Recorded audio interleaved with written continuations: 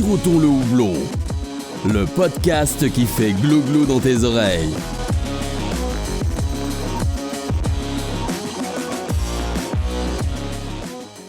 Salut à tous, c'est Alex du podcast Sirotons le houblon. On se retrouve pour un nouvel épisode et aujourd'hui je suis plutôt bien accompagné. Je suis en compagnie d'Anaïs Lecoq qui est autrice de l'essai Maltriarcat, donc qui devrait sortir, qui sort le 3 mars 2022, donc normalement après la sortie de cet épisode, si je peux le sortir à temps, et qui est édité aux éditions Nourriture Fu. Bonjour Anaïs. Salut. Bienvenue dans l'épisode du podcast. Merci. Aujourd'hui, on va faire un petit peu un tour de qui tu es, de ce que tu fais dans la vie, dans le milieu de la bière, et notamment ce qui t'a amené à écrire cet essai, et après développer un petit peu le contenu pour on va dire pour en faire une présentation, pour peut-être donner envie aux gens de s'y intéresser et d'aller le lire. Et voilà. On va d'abord peut-être commencer par le vif du sujet et la base. Qui es-tu et peux-tu te présenter ? Ouais, donc Anaïs Lecoq, j'ai 27 ans et je suis journaliste, nouvellement journaliste indépendante. Et je travaille aussi en parallèle depuis tout récemment pour une brasserie en tant que chargée de com et marketing. Donc là, c'est pour voilà la présentation hyper basique. Ouais. Comment t'en es arrivé à t'intéresser au monde de la bière et particulièrement de la bière craft ? Quand j'ai rencontré mon copain il y a 7 ans, je buvais pas d'alcool, enfin très très rarement. Lui, c'était déjà un amateur de bière, plutôt de bière belge. Petit à petit, il s'est mis à découvrir la craft et je l'ai suivi là-dedans, en fait, à découvrir au fil d'une dégustation où je me suis dit en fait la bière c'est peut-être pour moi parce que j'avais jamais été vraiment attirée par la bière, j'en avais bu un peu mais enfin des trucs industriels et qui m'avaient pas marqué et où je m'étais dit j'aime pas la bière, c'est pas pour moi et point. Et donc voilà, par une déguste où je pensais laisser les verres à moitié vide, enfin à moitié plein plutôt. Finalement, j'ai tout dégusté et je me suis dit, en fait, ouais, la bière, ça me parle. Et à partir de là, on s'est mis tous les deux à vraiment découvrir la bière craft pendant des voyages, en visitant des brasseries, des bars, un peu partout où on allait. J'ai eu la bonne idée aussi de lui offrir un jour un stage de brassam et il s'est mis à brasser et aujourd'hui il en a fait son métier. Donc voilà, c'est tous les deux comme ça on a découvert le monde de la bière et depuis c'est devenu le quotidien, le travail, la passion et voilà. Donc pour continuer dans la bière, tu sors là le 3 mars un livre, donc un essai qui se nomme Maltriarcat, et c'est pour ça qu'on est là aussi pour en parler. Maltriarcat dont le sous-titre sur la couverture est « Quand les femmes ont soif de bière et d'égalité ». Alors, comment t'en es venu à avoir cette envie d'écrire un essai, surtout de le publier, de le sortir. Donc là, il est publié d'ailleurs aux auditions Nourriture Fu. On en parlera peut-être un peu plus en détail après. Ouais, ok. Comment j'en suis venue à écrire ? Déjà, le sujet en lui-même, moi, c'est un sujet forcément qui me passionne aussi en tant que féministe. Tous les sujets liés aux femmes et aux droits des femmes, à l'inégalité, ça m'intéresse. Et puis, en tant que consommatrice de bière, quand j'ai commencé à vraiment rentrer dans le milieu de la bière, j'ai aussi constaté un peu tous les trucs pas cool qu'il pouvait y avoir dans le milieu. De remarques un peu condescendantes et de choses comme ça qu'on peut se prendre dans la poire quand on est une nana qui boit de la bière. Et puis je me renseignais énormément sur l'histoire de cette boisson et et je me rendais compte à quel point les femmes avaient une importance énorme dans l'histoire de la bière et que c'est méconnu totalement du grand public. Donc à la base j'ai commencé à écrire pour moi parce que je me faisais chier dans le boulot dans lequel j'étais, ça me convenait plus et j'avais besoin de faire quelque chose, d'écrire. Donc j'ai commencé à écrire ça au fil de lectures historiques, d'études, de mes propres réflexions. Et puis voyant que je commençais à écrire beaucoup, à avoir plein de pages et à commencer à faire des interviews à droite à gauche, je me suis dit faut pas que ça reste que pour moi, ça peut intéresser peut-être d'autres personnes. Donc je m'étais dit peut-être en auto-édition ou tout ça, faire quelques exemplaires ou faire une édition numérique. Enfin voilà, il y avait plusieurs idées. Et puis juste comme ça, je me suis dit aussi pourquoi pas l'envoyer à une maison d'édition, on sait jamais. De toute façon, au pire, j'ai pas de réponse et puis au mieux, j'ai une réponse et on sait jamais. Et puis ça s'est bien passé et ça s'est fait pour que ce soit publié le 3 mars. Donc c'est toi qui es allé démarcher la maison d'édition, particulièrement celle-ci en fait. Parce que alors moi du coup je connaissais pas la maison d'édition, je l'ai découverte avec ton livre. Mais de ce que je vois en fait c'est une maison d'édition qui est quand même assez spécialisée sur des thèmes déjà autour de tout ce qui est nourriture alimentaire et avec toujours des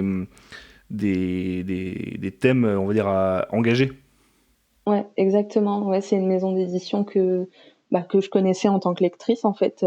J'achetais leurs livres et c'est vrai que ils sont vraiment sur des thèmes de la bouffe et de la boisson avec toujours des angles engagés et militants.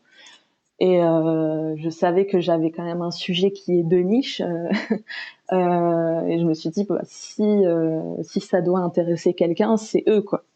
Et en effet, donc je les ai contactés en leur présentant mon sujet et le déroulé un peu du livre que j'imaginais.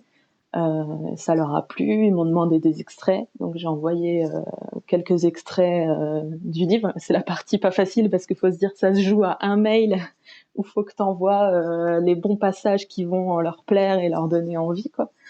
Et là encore, ça a marché.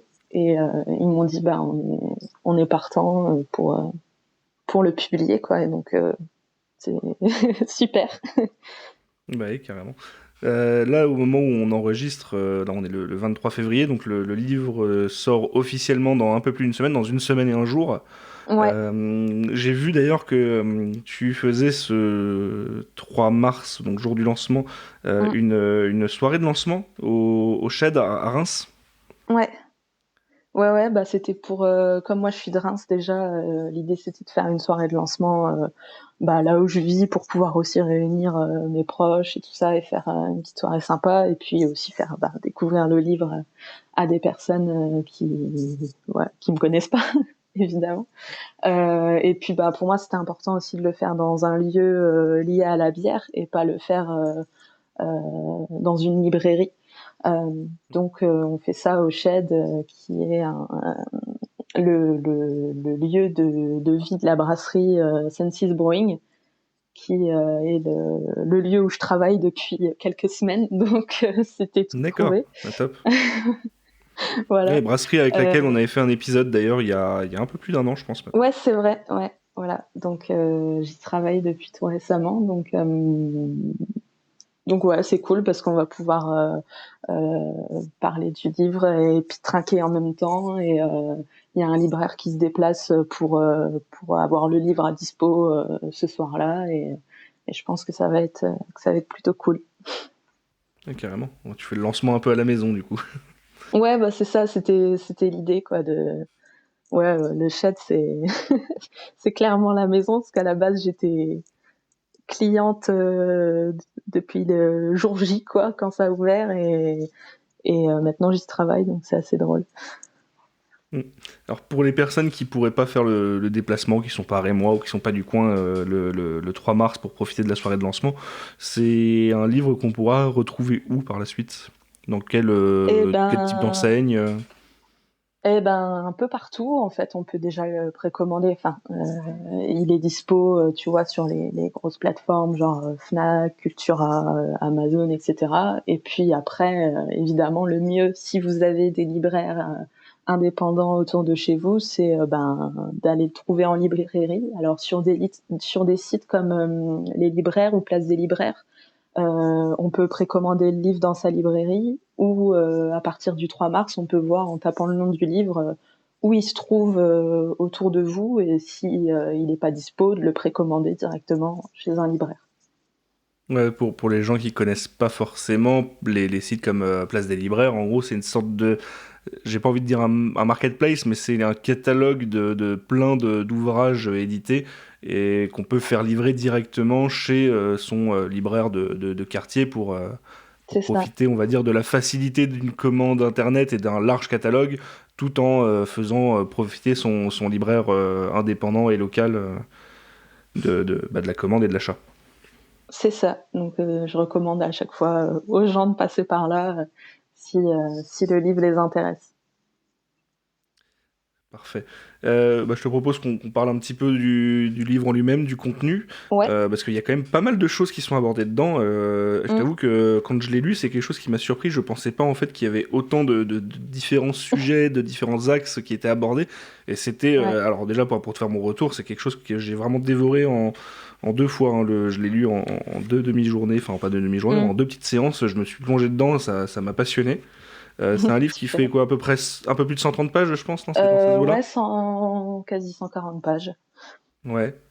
Donc ouais, il y a pas mal de sujets abordés. Moi, je me suis noté un peu au fur et à mesure de mes lectures les différents aspects notamment qui m'avaient marqué. Mm. Donc en fait, dans cet essai, tu abordes de manière générale la place des femmes dans le monde de la bière, le monde brassicole. Et on le voit sous plusieurs aspects, notamment il y a l'aspect historique, la place de la Mm. femme dans la bière durant l'Antiquité, le Moyen Âge, la Révolution industrielle, et plus récemment, notamment avec des périodes, enfin avec des évolutions dans la manière de consommer et de vendre la bière. Tu parles notamment de la naissance, on va dire, du marketing et de l'impact que ça a eu sur la vision et la place de la femme dans la bière. Et t'as aussi, j'ai vu moi plus un aspect, on va dire plutôt social, Mm. notamment quand tu abordes ce qu'est enfin alors c'est en enregistrement audio, c'est pas visible, mais je fais des gros guillemets avec mes doigts, la notion du goût inné. Notamment le fait que voilà la bière ne soit pas une boisson de femme parce que elle n'est pas appréciée par les femmes, ce genre de choses Mm. soi-disant innée qui n'est pas la place de la femme dans l'industrie plus récente de la bière et notamment comme je pense que toi toutes tes écrits ont été faits ont été terminés il y a peu de temps, tu abordes Mm. même des sujets très actuels comme les le, je me souviens plus du hashtag qui avait été mis en place, mais toutes Le mouvement de les dénonciation le aux mouvement de États-Unis, dénonciation ouais. exactement qui découle de Mm. la story qui a été faite par Brienne Allan, si je Ouais. dis pas de bêtises. Ensuite, ce que ça a révélé, notamment sur des grandes brasseries connues Mm. de tous, comme Brewdog, comme Mikkeller plus récemment. Donc tout ça, c'est Ouais. aussi abordé dans le livre, parce que du coup, t'as vraiment cette on va dire cette fraîcheur de l'actualité. Donc Ouais. ouais, voilà, toi, qu'est-ce que tu voulais faire transparaître, on va dire, dans toute cette approche Bah, c'est vrai, comme tu dis, j'aborde plein de sujets parce que c'était l'envie d'avoir un ouvrage global. C'est vrai que c'est 140 pages, donc c'est beaucoup et pas beaucoup à la fois. Je pourrais en écrire sûrement bien plus, mais l'idée c'est d'avoir une entrée vraiment dans ce sujet qui est quand même déjà méconnu donc du grand public, et je pense que même dans le milieu de la bière, on sait quelques trucs, mais je pense que j'espère qu'on en apprendra quand même en le lisant, même si on connaît le milieu.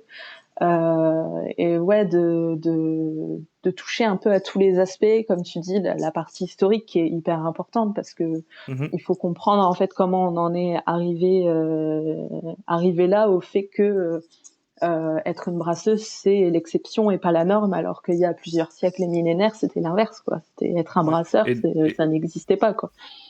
Et au final, cet aspect historique là, que tu as, enfin tout cet aspect historique que tu abordes toi dans ton essai, c'est des choses qui moi m'ont appris énormément. Je veux dire, alors, je me renseigne beaucoup, je lis beaucoup sur la bière et pour autant, il y a plein d'informations que je n'avais pas, d'aspects qui sont pas forcément abordés dans d'autres livres ou pas autant creusés, des personnalités qu'on ne met jamais en avant.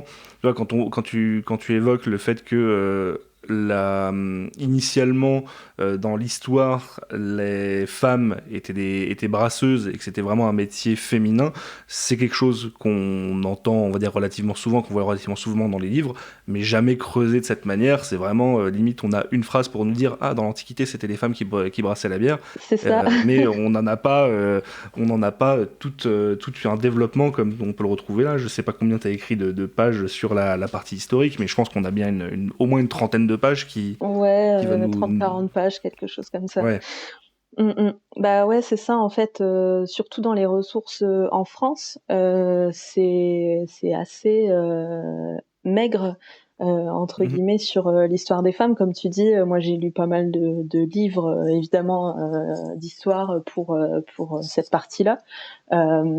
C'est surtout dans les écrits anglo-saxons où j'ai pu récupérer le plus d'informations sur le sujet, parce que dans les livres français il y avait 2-3 phrases ici et là, fallait vraiment les chercher.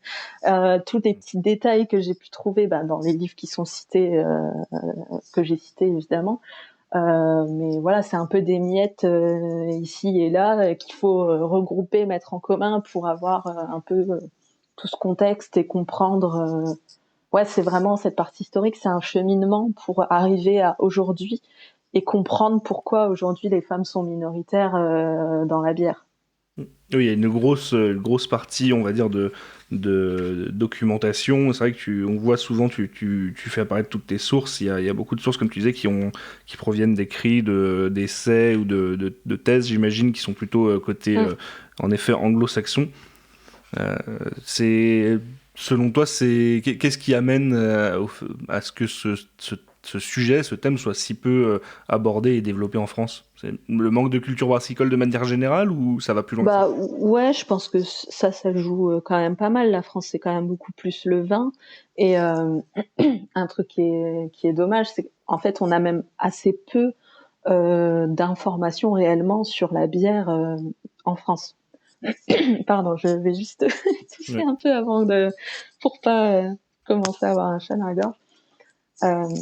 Donc oui, en France, en fait, comme la bière était mal vue à l'époque, quand on était un peu sous l'égide de Rome, etc. Donc on n'a pas conservé d'écrits sur la bière, on en avait conservé très peu, et les écrits qu'on avait sur la bière étaient écrits par les Romains, par les Grecs, qui méprisaient la bière en fait. Ouais, il y avait un Donc point de c'est vue pour très ça en fait dédaigneux sur le que produit. Ouais. voilà, c'est ça. Alors que les Grecs et les Romains consomment aussi de la bière, mais voilà.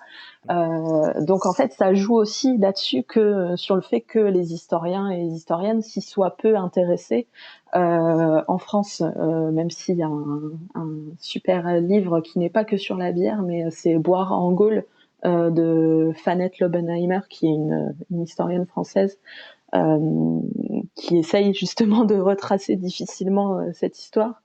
Mais voilà, je pense que ça joue aussi, et puis qu'en effet, on n'est pas autant une culture brassicole que dans d'autres pays.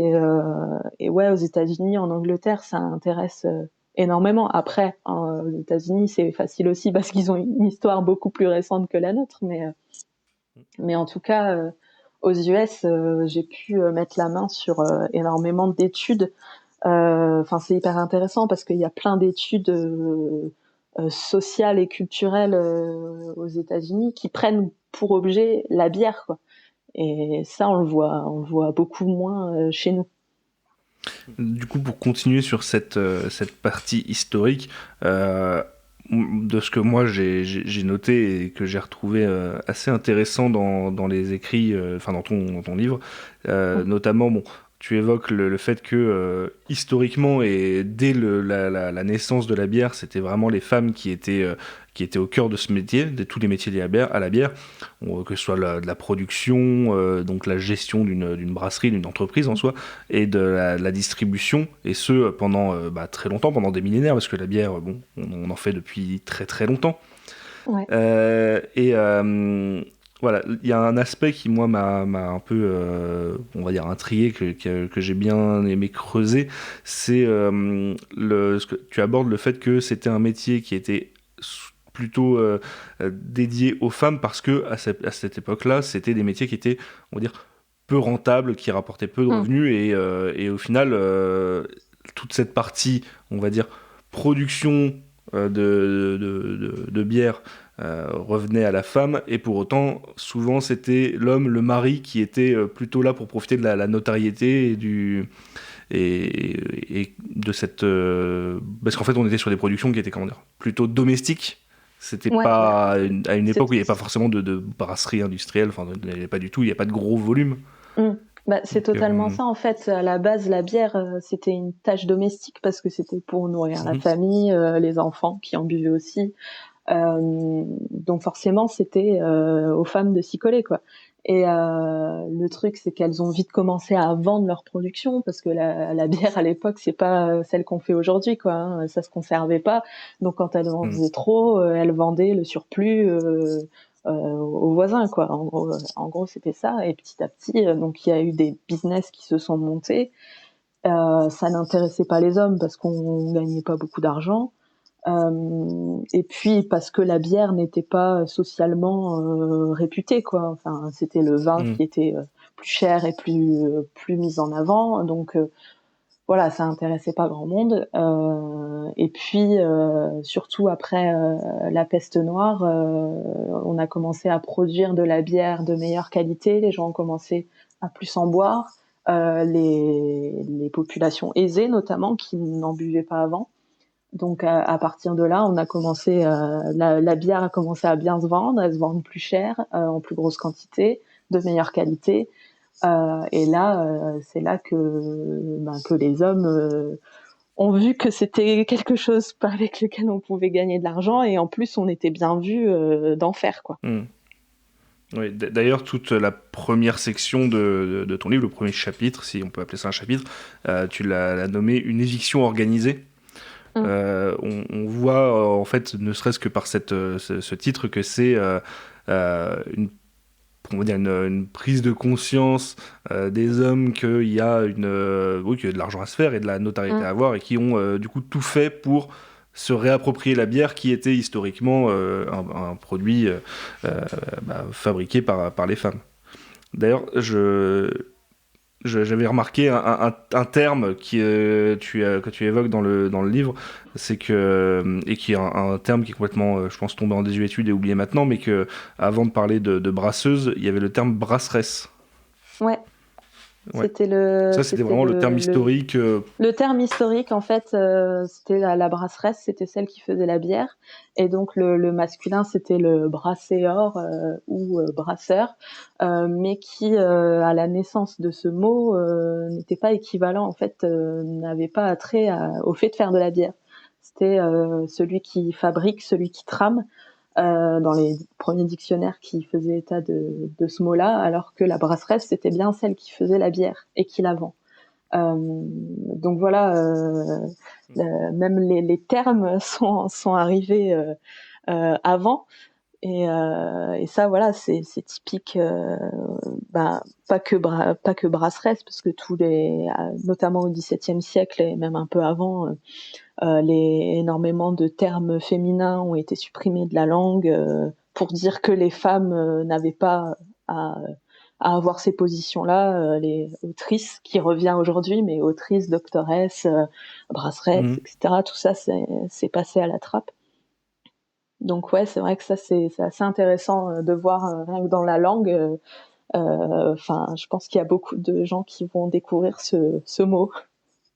Ouais, j'en fais partie, tu vois. Et je pense que je serais loin d'être le seul.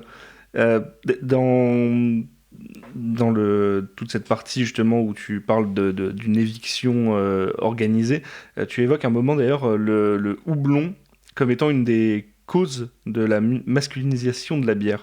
Bah, Alors que historiquement c'est quand même assez cocasse et ironique puisque l'intérêt du houblon pour la bière a quand même été mis en avant et par une femme. ouais, par Hildegarde. Mais ouais, en fait, ouais, quand je parle de l'éviction organisée, c'est parce que c'est plein de petits éléments au fil des siècles qui ont fait que petit à petit, on a viré les femmes des salles de brassage. Et en effet, le houblon a commencé à être généralisé. Enfin, Hildegarde, c'était au XIIe siècle, mais tout le monde ne l'a pas utilisé tout de suite. Et ça a commencé à être généralisé au XIVe, XVe siècle. Et c'est vraiment là que les femmes commencent à déchanter dans la bière. Et parce que en fait, du coup, ça se conserve mieux la bière. Donc déjà, toutes les femmes qui faisaient de la bière chez elles, et qui vendaient les surplus et tout ça, enfin, et qui était une bière de moins bonne qualité aussi. Il n'y avait pas de houblon, ça disparaît. Et ouais, comme ça se conserve mieux, on peut en fabriquer à plus grande échelle. Donc la pratique s'industrialise et les femmes, ben, elles ont pas accès au capital ni à la propriété, donc elles peuvent pas acheter du matériel et faire des brasseries. Elles faisaient majoritairement ça chez elles dans leur cuisine. Donc le houblon, c'est pas de bol. Je pense que Hildegarde elle le savait pas, mais voilà quoi. Ça a joué dans le fait que ben que les hommes se sont plus intéressés à la bière et ont tiré profit de ce nouvel ingrédient qui permettait de mieux la conserver pour monter leur brasserie et s'industrialiser. Enfin, bon, à l'époque, c'était pas encore des énormes industries, mais je veux dire, en tout cas, d'avoir un meilleur process et de pouvoir vraiment monter une brasserie et que ce soit quelque chose de rentable. Oui, d'ailleurs, c'est peut-être un parallèle un peu grossier, mais si on continue et qu'on fait l'analogie à notre époque, où le houblon est redevenu un peu l'ingrédient roi de la bière, maintenant, c'est vrai que quand on parle de houblon, on pense au buveur de houblon, l'homme à barbe, à la chemise à carreaux. On a un peu cette image-là maintenant Ah bah que l'image, tu évoques ouais, d'ailleurs dans le livre, hein, l'image maintenant du buveur du de beer bière, geek. Ouais, du buveur exactement. de bière, c'est ça. Bah ouais, totalement, totalement. Toujours dans la partie historique, tu parles à un moment du rôle des religions monothéistes et particulièrement du christianisme qui en Mm. fait semble avoir agi un peu en catalyseur de l'éviction de la femme de la société de manière Mm. générale et Ouais. aussi donc de la production de la bière. Notamment, je pense que c'est de là que vont découler la tristement célèbre chasse aux sorcières. Mm. Et tu fais ce paragraphe aussi, enfin paragraphe plus que paragraphe, mais tu as toute une partie sur la chasse aux sorcières. Ça fait partie des rares, on va dire, légendes urbaines ou légendes qu'on connaît sur la place de la femme dans la bière. On parle souvent des Alewives et de leur on va dire, lien présumé avec Mm. les sorcières, le fait qu'il y ait les différentes images qui se rejoignent. C'est quelque chose que tu vas un peu aussi un peu pas Démonter, contrer, mais un peu déconstruire. ouais, un peu démonter, ouais, Ouais. dans le sens où il y a peut-être des idées reçues là-dessus. Ouais, ben oui, c'est vrai que notamment ces dernières années, on parle énormément du fait que les Alewives, enfin que les sorcières, l'image de la sorcière qu'on a donc avec son grand chapeau, etc., vient tout droit des brasseuses britanniques. C'est ce qui est l'hypothèse de plusieurs historiennes. Mais c'est pas forcément vrai. Il y avait Mm. en effet les Alewives portaient un grand chapeau pointu sur les marchés pour qu'on les reconnaisse. Elles avaient leur fourquet, elles mettaient un balai ou un bâton devant leur maison pour signifier que elles avaient de la bière à vendre, tout ça. Donc il y a tout cet imaginaire en effet qui colle à l'imaginaire de la sorcière. Mais il y a notamment une historienne irlandaise qui est spécialisée dans ce domaine-là et qui, elle, dans ses recherches, elle démonte un peu tout ça, quoi. Il y a rien de prouvé. Le chapeau pointu, il est arrivé bien plus tard dans l'imaginaire de la sorcière que la naissance, qu'à l'époque des Hellwives. Donc il y a plein de choses comme ça qui sont pas vérifiées, des choses où on n'a pas de certitude parce qu'aussi les sorcières, elles n'étaient pas représentées pareil dans tous les pays, en France ou en Angleterre. À la Renaissance, les sorcières, on les représentait pas pareil. Donc à partir de là, on peut en effet émettre plusieurs hypothèses, mais malgré tout, ce dont on est quand même sûr, c'est qu'il y a des brasseuses qui ont été brûlées, qui ont été accusées de sorcellerie. Alors peut-être, on ne sait pas si c'était parce qu'elles faisaient de la bière ou pas, mais en tout cas, c'était surtout parce que c'était des femmes indépendantes qui gagnaient de l'argent, qui travaillaient, qui étaient visibles, et ça, c'était une bonne raison d'être accusée d'être une sorcière. Ouais, c'était quelque chose qui était relativement, même complètement inacceptable pour la vision de l'époque, la vision très patriarcale en soi, qui avait un peu évolué, là où on disait que les femmes au début, en Antiquité, au commencement, avaient souvent beaucoup plus de place en société. C'est quelque chose qui a complètement disparu, notamment sur ces périodes-là, peut-être un peu au début du Moyen-Âge, je pense. Renaissance, justement, en fait, au Moyen-Âge, les femmes avaient beaucoup plus de liberté qu'à la Renaissance. On a souvent tendance à mélanger les périodes. Et en fait, entre le Moyen-Âge et la Renaissance, il y a eu une période historique qu'on appelle le Grand Renfermement, où c'était l'idée que les femmes créaient du désordre en étant dans l'espace public, parce qu'avant ça, elles travaillaient, elles étaient visibles. Et donc il y a eu cette période-là qui est empreinte complètement de catholicisme, c'est surtout ça qui a fait que. Ouais, bien sûr. Mais ouais, de toute façon la chasse aux sorcières, c'est la Renaissance et c'est pas le Moyen Âge. Ça. Là, je me suis un petit peu attardé sur la partie historique, parce que c'est quelque chose qui m'a pas mal intéressé, parce que comme je le disais tout à l'heure, c'est vraiment une partie qui, dans la plupart des livres sur la bière qu'on trouve, se résume à quelques lignes. Là, on en avait 30-40 pages, mais derrière ça, tu évoques plein d'autres thèmes. On a un peu évoqué tout à l'heure au début du podcast, mais moi, dans les sujets que je me suis noté, là, que je peux citer en vrac, je sais pas s'il y en a peut-être un sur lequel tu voudras peut-être un peu plus développer. J'avais noté tu évoquais le rôle de l'industrialisation dans l'éviction des femmes.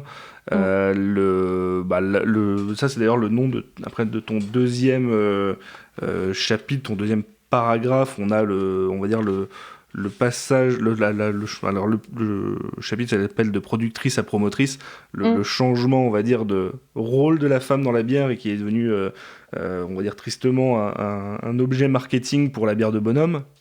Totalement, c'est en fait elles sont en fait à la base les femmes produisaient la bière pour tout le monde et elles sont passées à promouvoir la bière par un produit fait par les hommes à destination des hommes. Voilà, enfin on a utilisé quand je dis les femmes, c'est les corps de femmes surtout qu'on a utilisé pour promouvoir la bière pour un public qu'on considérait essentiellement masculin et qui est de fait est devenu essentiellement masculin, vu qu'on ne les ciblait que dans le marketing. D'ailleurs, tu évoques plein d'exemples de publicité, de campagnes marketing qui peuvent aussi bien aller, on va dire, peut-être des années 50, 60, là où on pourrait peut-être se dire que c'était là qu'il y avait le gros de ce type de publicité, jusqu'à des cas beaucoup plus récents. Jusqu'à le mois dernier, quoi. Des années 2000, jusqu'au mois dernier, voilà. Donc, presque. Malheureusement, quelque chose qui n'a pas encore changé, ou pas suffisamment vite en tout cas. Je rebondis aussi sur ce que tu disais à propos du fait que la bière était devenue presque de fait une boisson d'homme à force de matraquage marketing, qui fait que finalement les femmes ne se sentent plus vraiment concernées, ne sont pas senties concernées par le produit. T'évoques cette idée que c'est devenu une boisson d'homme, en fait, une idée construite de toutes pièces. Voilà, comme on le dit souvent, les papilles féminines ne sont pas allergiques à la bière, contrairement aux papilles C'est masculines ou quoi que ça. ce soit. Enfin, Ça n'a n'importe qui peut aucun apprécier sens. la bière, ça n'a rien à voir. Les goûts n'ont pas de lien avec le sexe et le genre. Donc, ouais, comment on en est venu en fait à cette idée, même plus qu'une idée, que la femme n'aime pas la bière. Parce que quand je dis plus qu'une idée, en fait, on le voit, mine de rien, c'est que la consommation de bière, elle est quand même majoritairement masculine Mm, encore à l'heure actuelle. totalement. Comment on en est venu là? Pourquoi on a encore du mal, même maintenant, à rendre la bière plus mixte sans que ça passe par des bières rouges à 3 degrés aux fruits Mm. particulièrement marketées pour viser un public féminin? C'est déjà la place du marketing, ce qu'on disait il y a 2 minutes, que la bière a été marketée pour les hommes aussi parce que l'émergence du marketing genré, c'est les années 50, 60, etc. Et à cette époque-là, les femmes, c'est la ménagère. Elle ne travaille pas, elle reste à la maison, elle ne va pas au bar. Donc à partir de là, de ce contexte social, on va pas promouvoir la bière pour elles parce que elles sont à la maison, elles n'ont pas accès à tous les lieux où on consomme la bière. Donc elles sont quand même visées par les publicités vu que c'est elles qui achètent la bière, elles font les courses. Donc mais les publicités à l'époque en fait les montrent en disant si tu achètes la bière, tu seras une bonne épouse pour ton mari. C'est Hmm. typiquement ça qu'on retrouve à l'époque dans les pubs. Donc déjà rien que ça les éloigne forcément. Elles ont pas accès, elles vont pas au bar, elles sont chez elles. Et puis on sait aussi toute la stigmatisation qu'il peut y avoir de la consommation d'alcool chez les femmes. C'est montré comme Hmm. c'est pas une bonne chose quoi. Tu Ouais, bah, n'es pas une femme si tu es bourré. Enfin voilà, c'est hmm. déjà Ça fait partie l'alcool des de points que je m'étais base. noté aussi, tu vois. Hmm. Le fait que tu évoques la perception en fait, de la femme buveuse de bière ou buveuse d'alcool de manière générale en Mm, société, c'est vrai que, comme tu le dis, hein, c'est un homme qui boit, c'est quelqu'un de viril, c'est un bonhomme. Une femme qui boit, c'est qu'elle a un problème, c'est que, voilà.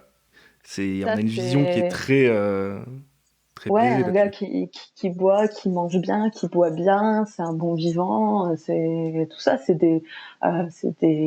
même si il y a certains discours qui peuvent être dangereux aussi parce qu'on va glorifier aussi la consommation d'alcool chez les hommes et qui amène aux Mhm. problèmes qu'on connaît d'alcoolisme.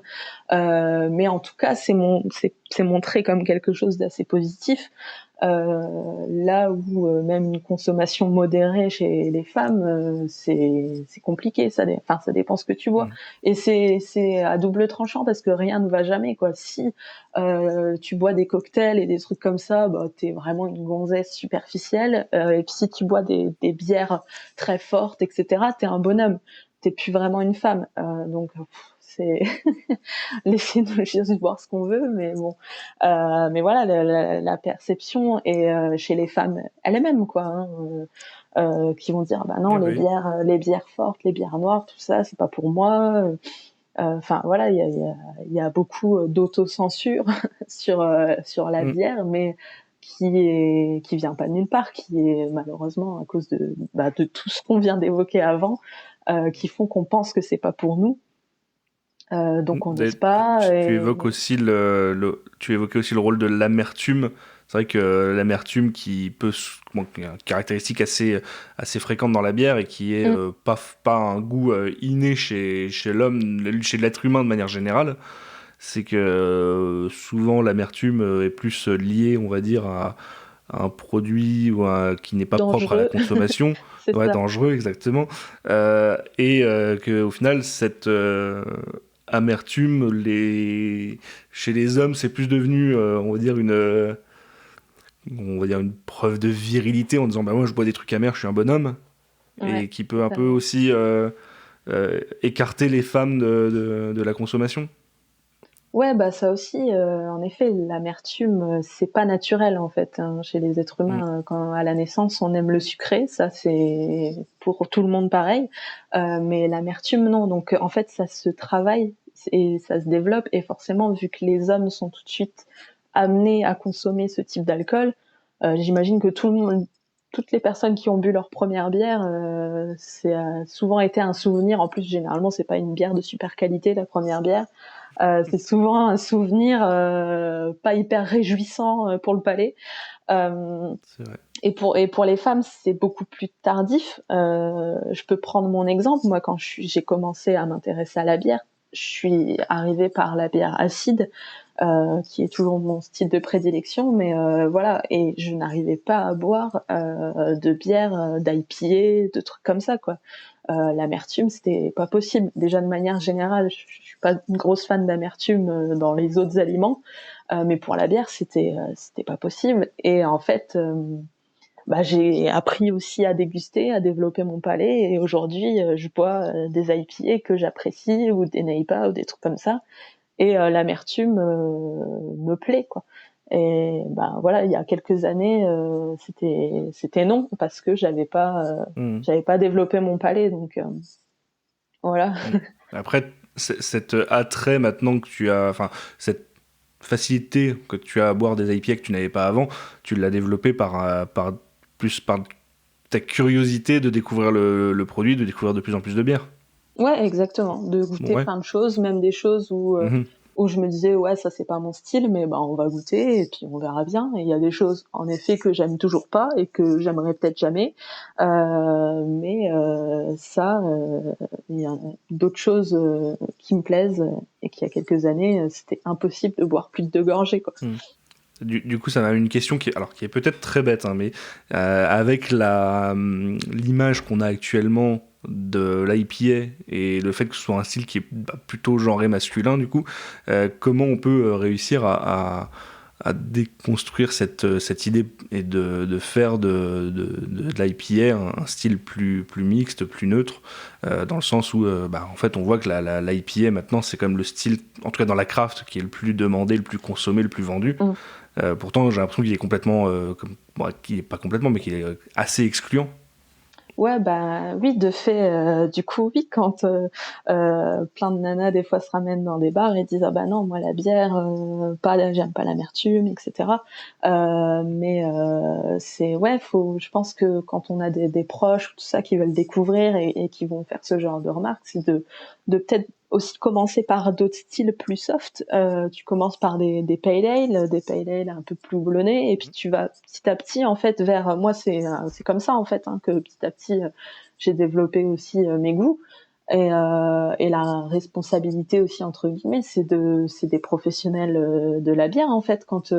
Quand tu vas, quand t'es une nana, que tu vas dans une cave, très souvent tu vas être conseillé par des hommes, et quand tu dis, moi je connais rien à la bière, qu'est-ce que je peux acheter, on va plutôt te diriger vers des bières fruitées, quoi. Donc déjà de base, ils vont partir du principe que voilà, dès le début, on te dit ça c'est pour toi, ça c'est Ouais. plutôt pour toi, et on ne dit pas Il y je a peux le vous rôle du présenter un professionnel panel. derrière.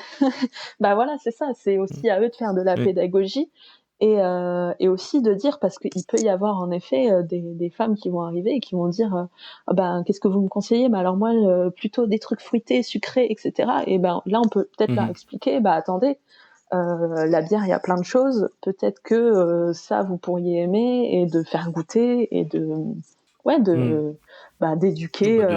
d'éduquer De les jouer gens, son quoi. rôle de caviste, hein, Ouais, de, aussi. Mais en fait, de faire dans le conseil. Ouais. c'est ça. En fait, je pense qu'il y a, notamment en France, aux yeux du grand public, tout un travail d'éducation et de déconstruction des goûts à faire. En fait, je pense que les gens, que ce soit les hommes et les femmes, connaissent assez peu leur goût. Enfin, moi, je le vois en ayant fait des festivals, en étant derrière le bar, où même en fait, t'as des hommes qui viennent au stand et qui te disent, qu'est-ce que vous avez comme bière? Et donc là, tu dis, je sais pas, j'ai une NEPA qui est plutôt sur l'agrume, fruit de la passion, et puis ils disent, oh, non, non, mais moi, j'aime pas les aux fruits et tout. Et tu dis, c'est pas du fruit, c'est le houblon qu'il y a dedans. Ou qui disent, vous avez pas, alors ça, c'est un truc de ouf, vous avez pas des bières qui ont pas de goût. Ça, c'est un truc que les gens demandent Des bières qui n'ont pas de goût. des bières Toi, je l'avais qui n'ont jamais pas de goût. entendu celle-ci, mais c'est Ah ouais, non, c'est mais incroyable. des bières qui n'ont pas de goût, c'est-à-dire enfin, de la Heineken, quoi, des trucs comme ça, des trucs C'est ça, est-ce que vous avez pas de la qui n'ont Heineken, pas quoi? de saveur, juste un truc qui se boit Ouais. et qui m'alcoolise, mais qui n'a pas de saveur.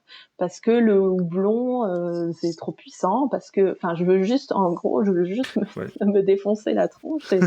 Mais, On en revient un petit peu on va dire au truc du goût de la bière, parce que quand on entend souvent les gens dire ah non, moi ta sour aux fruits j'aime pas, ça a pas le goût de la bière. Au ouais, final, c'est ça. c'est un peu ça, le goût de la bière, c'est une bière sans saveur, quoi. Ouais, c'est ça. Très souvent, on a des remarques comme ça. Ouais, en fait, tout ce qui n'est pas un truc qui te pète les gencives et qui t'alcoolise, en fait, ouais, dès qu'il y a, je sais pas comment l'expliquer, mais dès qu'il y a du goût, dès qu'il y a des choses comme ça, c'est pas vraiment de la bière, parce que ça, je pense beaucoup à cause des industriels, quoi, qui ont fait du mal. Qui ont fait du mal à la bière et au goût que ça pouvait avoir auprès du grand public. Les gens ne savent pas ce que goûte la bière, en fait. Enfin, je parle du grand public. Dès que tu parles de fruits ou d'ajouts, déjà, ils vont te dire que c'est pas de la vraie bière. Enfin, ouais, en fait, si ça t'explose pas la tronche, genre que c'est tellement amer que tu grimaces, c'est pas de la bière. Enfin, je sais pas, Ouais, au c'est final, bizarre. on a l'image de la bière, ouais, soit de la bière maintenant très industrialisée, au final, qui a tellement le même goût partout, que Ouais, c'est c'est devenu ça. une norme et que ça, c'est Mm. le goût de la bière. Et dès que tu reviens à des bières artisanales qui souvent, soit vont créer des nouveaux styles, soit revisiter des styles ancestraux qui ont disparu, là, ça n'a pas le goût de la bière pour les gens, alors qu'en fait, on a peut-être des bières qui sont parfois plus proches gustativement de ce qu'était une bière il y a Mm. 250 ans avant la révolution industrielle. Ouais, totalement. Je pense qu'en effet, avec la révolution industrielle et l'industrialisation et la normalisation des recettes et tout ça, ça a fait beaucoup de mal forcément au produit et à sa diversité en ayant une bière qui était partout pareille, quoi. Ça, c'est sûr. Je reviens, comme on parlait des différents goûts et ainsi de suite. On avait évoqué l'image, donc la perception qu'on a de la femme buveuse de bière ou buveuse d'alcool de manière générale en société, mais il y a aussi maintenant, on le voit beaucoup, ce qu'on évoquait, la perception en fait de la femme et de ses goûts, donc c'est ce qu'on évoquait là actuellement, et au final, toute cette idée préconçue qu'on a que la bière n'est pas une boisson de femme et que les femmes n'aiment pas la bière, ça a mené à un autre phénomène, peut-être un peu moindre et que tu as évoqué dans ton livre, c'est la perception de la femme amatrice de bière sur les réseaux sociaux, avec notamment le phénomène de ce qu'on appelle les beer girls, encore une fois avec Mm. les guillemets que je fais avec les doigts, Ouais. où ouais, au final, une femme qui partage ses goûts et ses dégustations de bière sur Instagram, elle le fait que pour se mettre en avant elle-même et pas parce qu'elle aime réellement la bière. Exactement. En On fait, en est là maintenant. ouais, mais en fait, ça c'est typique et on le voit dans plein de milieux. En fait, tous les milieux qui sont connectés très masculins. Enfin, par exemple le rock ou le métal, les jeux vidéo, tu vois, c'est considéré comme des Ouais, bien sûr. sûr. et des goûts masculins. Et moi j'ai toutes les tares parce que quand j'étais ado, j'étais grosse joueuse de jeux vidéo et tout ça. Et c'était jamais vraiment. Enfin, tu vois, quand je jouais au truc genre World of Warcraft et tout, où tu disais pas que t'étais une fille dans le chat, tu sais, tu te genrais au masculin et tout, Mm. et si des fois tu te plantais et qu'ils voyaient que t'étais une fille, c'était qu'est-ce que tu fais là, machin. Enfin bref. Tout ce qu'on connaît, les trucs rock où si t'as un t-shirt de Nirvana, on va te demander toute la discographie du groupe pour être sûr que t'es bien fan. Enfin, et la bière, c'est un peu ça, quoi. Enfin, on retrouve les mêmes mécaniques de gatekeeping. Voilà, Ouais. des mecs qui veulent garder ce truc et qui n'acceptent pas en fait qu'un loisir qu'on leur vend, qu'on leur vend comme masculin et comme la bière artisanale, tout ça, c'est si t'es un amateur et que t'es dans le milieu beer geek et que tout est un peu valorisé, quoi, tu vois, en tant que mec qui a des Mm. connaissances et tout ça. Donc c'est un truc de mec et c'est bien, ça valorise ta masculinité. Et donc du coup là, d'un coup, tu vois débarquer des meufs qui boivent aussi de la bière, qui en parlent, qui des fois peut-être en parlent mieux que toi, et tu te dis attends, qu'est-ce que non, euh, c'est pas ce qu'on m'a dit. Moi, on m'a dit que c'était à moi la bière, donc Des choses qu'on retrouve aussi beaucoup sur tous les supports d'échange liés à la bière, que ce soit les groupes Facebook et ainsi de suite, quoi. Souvent, quand on a une femme qui arrive dans un groupe comme ça, commence à donner son avis, elle aura beaucoup plus tendance à être remise en question que si c'était un homme qui parlait. mais enfin totalement. Moi, je poste même plus sur ces groupes-là. Enfin, j'y ai été et j'en suis sur certains où je suis encore dessus, mais je poste pas parce que au début t'arrives et tu vois plein de gens qui partagent leurs trucs et tu te dis ah trop cool, moi aussi je vais partager mes trucs, tout ça. Tu fais un premier post, ça va, et puis après tu commences à faire l'autre post, et puis on commence à remettre en question des trucs débiles, et à vouloir te donner tort sur des choses où tu sais que t'as raison. Enfin, et du coup c'est hyper énervant parce que bon après dans le milieu des fois très beer geek, beer snob et tout ça, même entre eux, entre mecs, ils aiment bien aussi se taper dessus et critiquer un qui aurait dit un mot qui n'est pas juste, mais du coup d'autant plus quand t'es une meuf, quoi, t'as pas le droit à l'erreur, hein. Attention, si tu te trompes sur le nom du houblon, ou si tu dis que c'est telle saveur alors que lui il l'a goûté et il dit que c'en est une autre, enfin voilà quoi, t'as des trucs assez stupides comme ça, quoi. Et pour continuer on va dire, dans tout ce que tu évoques dans le livre, à la fin, il y a quand même une grande partie où tu évoques les cas plus récents, et notamment la prise de parole globale qu'il y a eu sur le traitement des femmes dans le monde de la bière brassicole, et y compris le milieu de la craft. On pourrait penser épargné comme étant plus moderne, plus ouvert, mais au final, pas tant que ça. Ouais, bah ça a beaucoup. Bah justement, en fait, tout le mouvement qui a été initié aux États-Unis, c'était surtout dans des brasseries craft. Bon, après, il faut savoir aussi qu'aux États-Unis, la craft, le mouvement est plus ancien que chez nous, et que ces brasseries sont beaucoup plus grosses que Ouais, on les parle plus pas des grosses mêmes échelles. ouais, c'est pas la même échelle. Aussi, ils sont plus organisés. Enfin, il y a vraiment un milieu qui est très connecté, qui est très valorisé, qui est très réputé aux États-Unis, de la craft, vraiment pas à la même échelle qu'en France, quoi. Mais ouais, totalement. Et puis on le voit avec BrewDog, Mikkeller et tout ça. C'est aussi des entreprises qui sont énormes, mais qui restent indépendantes. Alors je sais pas à quel niveau, parce que je sais plus si Mikkeller revendait pas des parts ou je sais pas quoi, mais bref. C'est en tout cas l'image de la bière artisanale, et c'est des entreprises qui, quand elles se sont lancées, c'était leur credo aussi de dire nous on fait pas comme les industriels, quoi.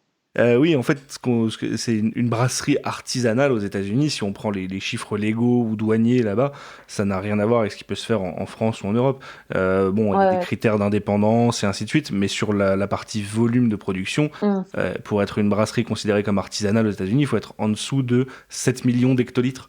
C'est juste C'est énorme. gigantesque. Quand une brasserie française, je sais pas, on prend la Débauche par exemple, qui est quand même une brasserie artisanale qui est quand même assez réputée, que beaucoup de gens connaissent, même sans être beer geek.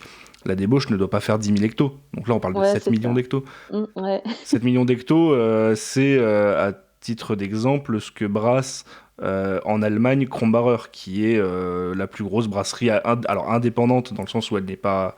Elle est privée, elle n'est pas... Je sais pas, je crois qu'il y a des brasseries un peu publiques aussi, enfin qui ont avec des investissements publics, mais bon, tout ça pour dire que oui, Krombacher, brasserie allemande qui fait des volumes phénoménaux, qui arrose le monde entier, ne fait que 7 millions d'hectos, soit le volume maximum pour être une brasserie artisanale aux États-Unis.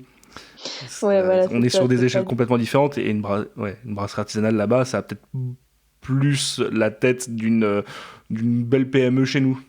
Ouais, c'est ça, c'est ça. Mais du coup, en Donc, après, effet, ça n'excuse rien, mais non, mais ouais, mais en effet, il y a eu un gros mouvement qui a été initié contre son gré, parce qu'à la base, c'est une brasseuse qui postait juste une story après avoir eu une remarque sexiste à la con, et elle a posté un truc en mode ouais, vous aussi ça vous est déjà arrivé, et là elle a eu des milliers, même des dizaines de milliers de messages ouais, alors, je suis pas allé d'histoires. revoir récemment, mais sur son compte Instagram, elle repostait en story toutes tous les témoignages qu'elle recevait.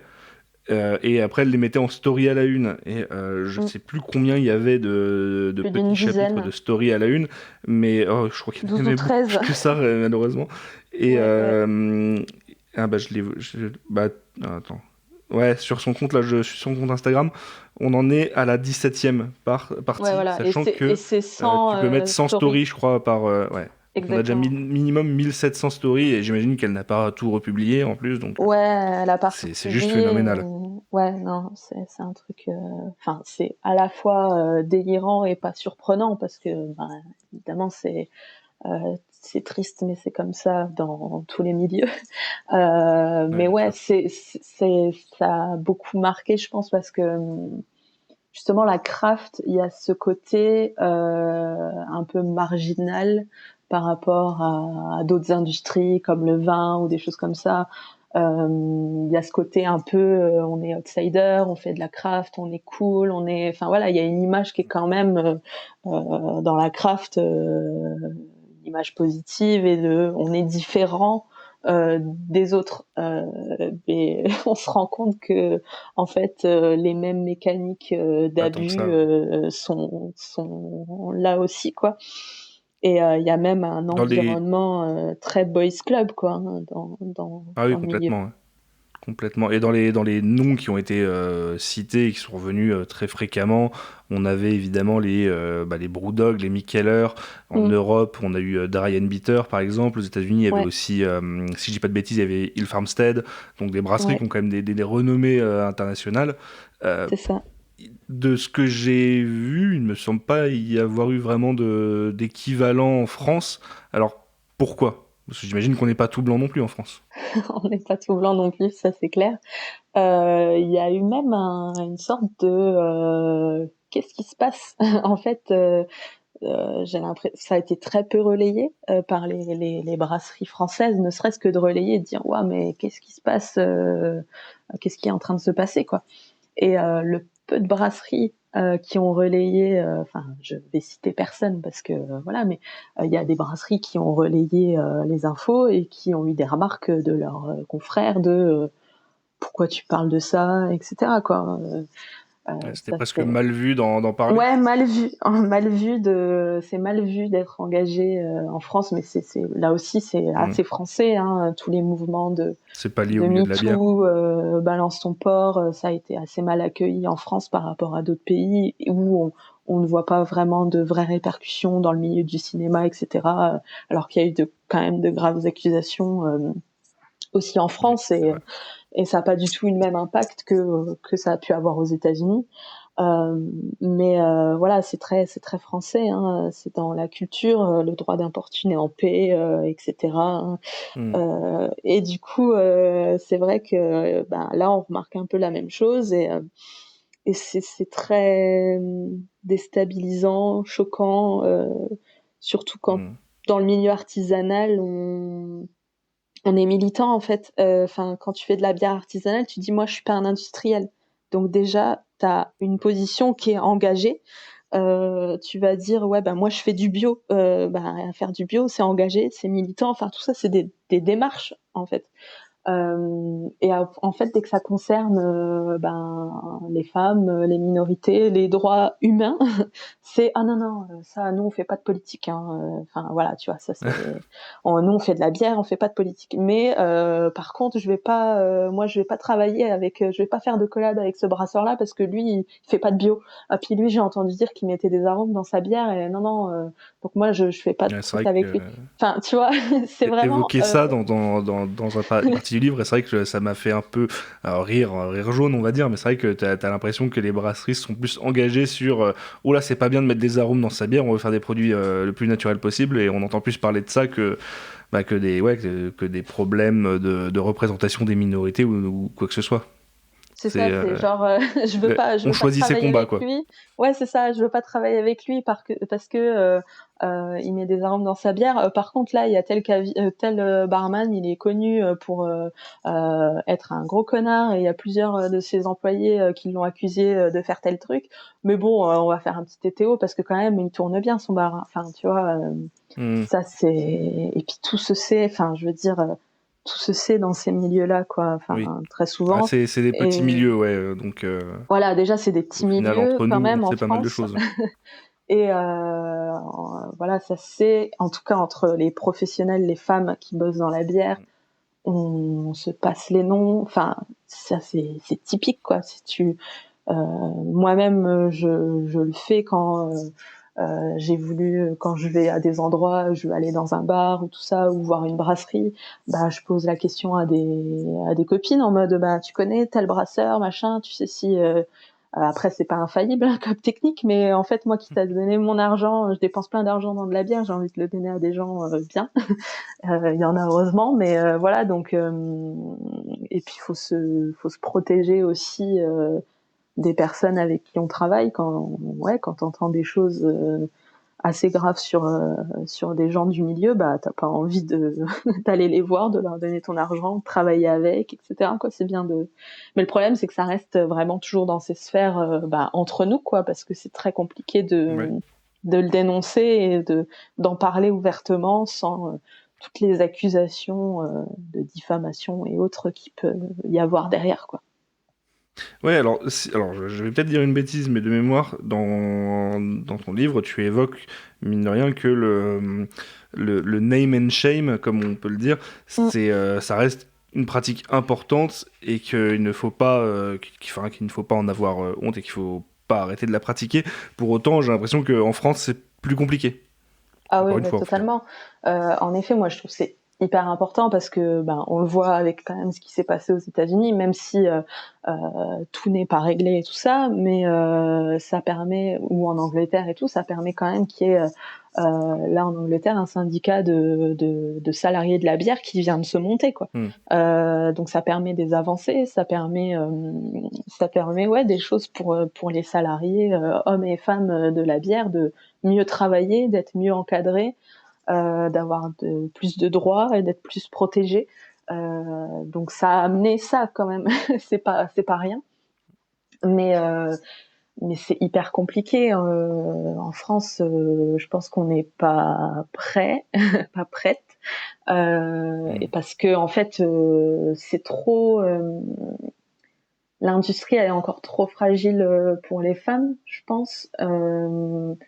Et il y a pas assez de soutien, on n'est pas assez nombreuses pour que s'il y a un mouvement, il y a il y a un vrai soutien et que les femmes puissent dénoncer des comportements sans derrière changer de métier, quoi.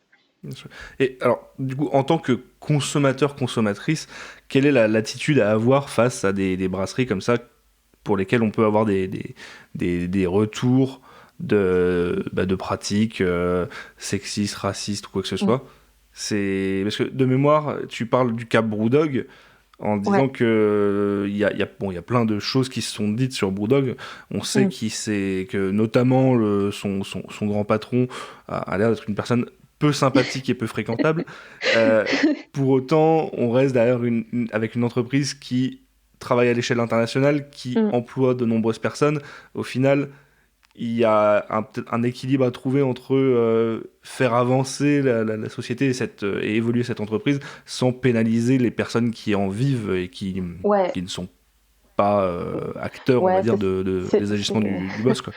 C'est ça qui est compliqué parce que en fait, le truc c'est que souvent les féministes, ou les femmes qui ont dénoncé tous ces agissements et tout, les critiques qu'elles vont avoir, outre le fait qu'on va leur dire qu'elles mentent, etc. Mais ça c'est encore autre chose. Ça va être de dire ouais mais vous voulez faire couler la boîte, etc. Tout le monde soit au chômage. Alors déjà on n'en est pas là hein, quand même. Je pense que Brewdog, Mikkeller se porte très bien encore. Mais évidemment que c'est pas le but. Le but en fait c'est que les James Watt et compagnie déjà assument ce qu'ils ont fait, le reconnaissent et travaillent à faire en sorte que ça ne se reproduise plus et mettent en place des choses pour les salariés et dédommagent les victimes en fait. Parce que là, ce qui se passe par exemple avec Brewdog, c'est que ils menacent en justice les salariés qui parlent dans les documentaires ou qui vont dire des choses quoi. Donc en fait, ce que demandent tous ces activistes, c'est juste que il y ait des actions qui soient prises pour que les gens de l'entreprise puissent travailler sereinement. C'est juste ça, quoi. Alors là, aux dernières nouvelles, je crois que du côté de Mikkeller, il y a un espèce de plan de réconciliation, je crois qu'ils ont appelé ça, où il y a l'air d'avoir des choses qui bougent pour de vrai. Alors, on va voir dans quel sens ça va, mais où il y aurait vraiment une écoute et des dédommagements des victimes et tout ça. Bon, c'est en cours, donc à voir si ça mène quelque part. Mais en tout cas, le Mikkel, j'ai oublié son nom de famille, mais n'est plus dans. Il y a quelques mois, il était vraiment pareil dans la posture. Ouais, vous voulez faire couler ma boîte, etc. Enfin, il s'est fait un peu reprendre. Donc ça aussi, évolue un peu plus visiblement de son côté que du côté Brewdog, parce que pour le coup, côté Brewdog, James Watt, il est encore dans le déni et on a l'air d'être assez loin de voir les choses avancer. Ouais, c'est ça. Et c'est en effet dommage parce que en plus c'est une entreprise qui emploie des centaines de personnes partout dans le monde, quoi. Donc en fait, moi je pense surtout à ces gens-là, quoi, qui devraient avoir le droit de travailler dans une entreprise, on se fout pas de leur gueule, on les traite pas comme de la merde, ou quand quelque chose se passe mal, ils peuvent en parler et que les problèmes soient réglés. Enfin voilà, quoi, c'est ça que demandent en fait toutes les nanas de la bière là, qui se battent depuis des mois et des années pour une prise de conscience. C'est pour ça en fait. C'est pas pour que les gens perdent leur taf, c'est pour qu'ils puissent le faire dans des conditions décentes. Et pour du coup peut-être continuer et conclure sur une note plus positive, qu'est-ce qui se met en place maintenant dans le milieu de la bière pour favoriser l'inclusion des femmes dans ce milieu, aussi bien côté professionnel mais que côté consommatrice? Il y a pas mal d'actions qui se sont montées, on peut peut-être en parler un peu, en évoquer quelques-unes? Ouais, déjà, en fait, le positif, on va dire, vient surtout des femmes de la bière qui font des choses, en fait. C'est-à-dire que pour reprendre de la place dans la bière, il faut pas attendre, en fait, qu'on nous donne la place, parce que sinon, on l'aura jamais. Il faut soi-même la reprendre et s'organiser et s'entraider aussi entre meufs pour pouvoir évoluer sereinement dans le milieu de la bière et faire des choses cool, quoi. Donc ça passe par des assos comme Pink Boots par exemple, qui est très connu, qui a une branche aussi en France, où c'est une asso qui c'est pas que le brassin du 8 mars parce qu'on en entend parler souvent qu'à ce moment-là, mais c'est aussi en fait l'argent qui est collecté via cette action du 8 mars permet de financer des formations, par exemple, pour les professionnels membres de l'asso. Donc déjà ça, c'est d'aider les femmes à se professionnaliser, à monter leurs projets, etc. Et puis du côté des consommatrices, là, en France, tout récemment, il y a l'asso buveuse de bière qui s'est montée. Et ça, c'est aussi hyper chouette, quoi. Parce que le but, du coup, c'est une asso là de consommatrices, pas de professionnels. C'est de se retrouver autour d'ateliers de dégustation, ou alors de manière totalement informelle d'aller au bar entre meufs, ou des fois seul, ou on se sent pas toujours à l'aise pour commander ou tout ça. Enfin, moi c'est un problème que j'ai pu, mais pour des nanas qui commencent à s'intéresser à la bière et qui veulent découvrir, il y a un frein un peu d'oser goûter, etc. Donc c'est aussi ça, c'est une asso pour s'améliorer aussi, enfin apprendre à déguster, en apprendre plus sur la bière dans un climat bienveillant et où il n'y a pas de questions bêtes, où on peut se tromper, où on peut voilà. C'est la non-mixité est importante pour ce genre de choses, quoi. Tu parlais donc de l'association buveuse de bière qui vient d'être lancée. Il y a peu de temps d'ailleurs, ça se compte en quelques semaines si je dis pas de bêtises. C'est une association qui a été lancée notamment à l'initiative de Caroline du blog Hoppy Hours. On la connaît surtout par là et sur les différents réseaux sociaux. Dans ton livre, j'ai vu que tu avais fait pas mal d'appels, on va dire, à des différents intervenants pour avoir des avis, recueillir des témoignages. Caroline fait partie des personnes qui reviennent pas mal. Ça t'a pris, j'imagine, pas mal de temps aussi de faire intervenir ces personnes, et ça a été une manière nécessaire pour toi, on va dire, pour enrichir ton contenu Ouais, d'expérience. ouais, totalement, parce que le livre, il y a forcément mon point de vue, il y a mes recherches, etc. Mais je voulais que ce soit aussi un livre où donner la parole aux femmes qui font la bière aujourd'hui en France, et qui font des choses aussi pour faire évoluer les mentalités, que ce soit des brasseuses, que ce soit des sommelières, etc. Donc ça, c'était important pour moi d'avoir ces expériences, parce que malgré tout, moi, je suis aussi assez récente dans le milieu de la bière. J'y travaille depuis pas longtemps, mais à la base, je suis journaliste et tout.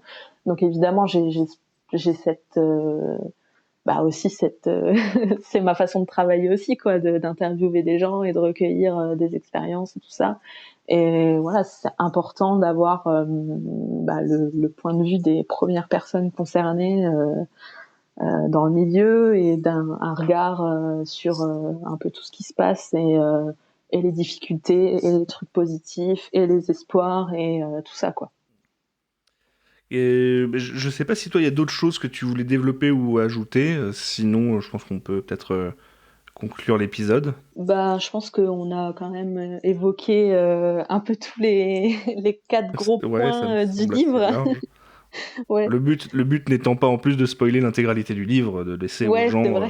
On a déjà révélé on va dire quelques le trucs. plaisir de découvrir. Voilà. C'est ça. Euh, et donc, en résumé, donc, Maltriarca qui sort ce 3 mars, soit dans 8 jours à date d'enregistrement, mais Mm. quelques jours à peine après la sortie de l'épisode, publié aux éditions Nourriture Fu.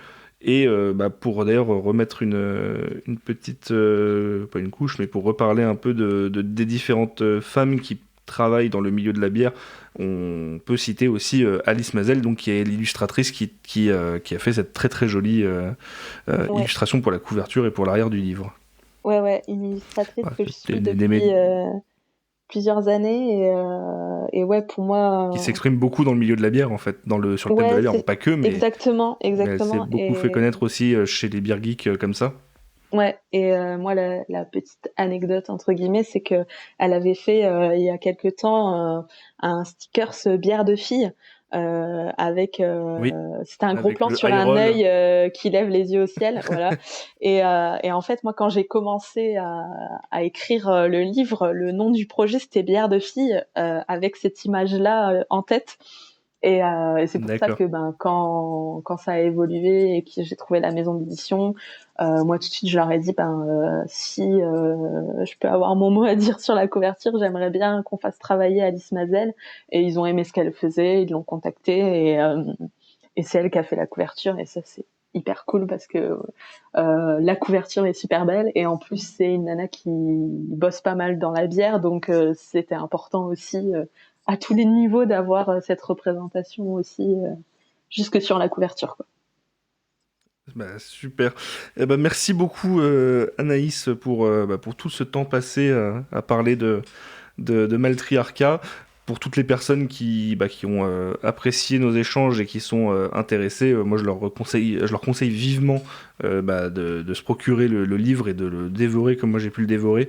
C'était très, très très intéressant, tu vois, d'en parler avec toi. C'était tout aussi, voire plus intéressant encore, même de découvrir toutes ces petites choses qu'on ne retrouvera pas ailleurs dans les livres qui parlent de la bière, dans ton livre.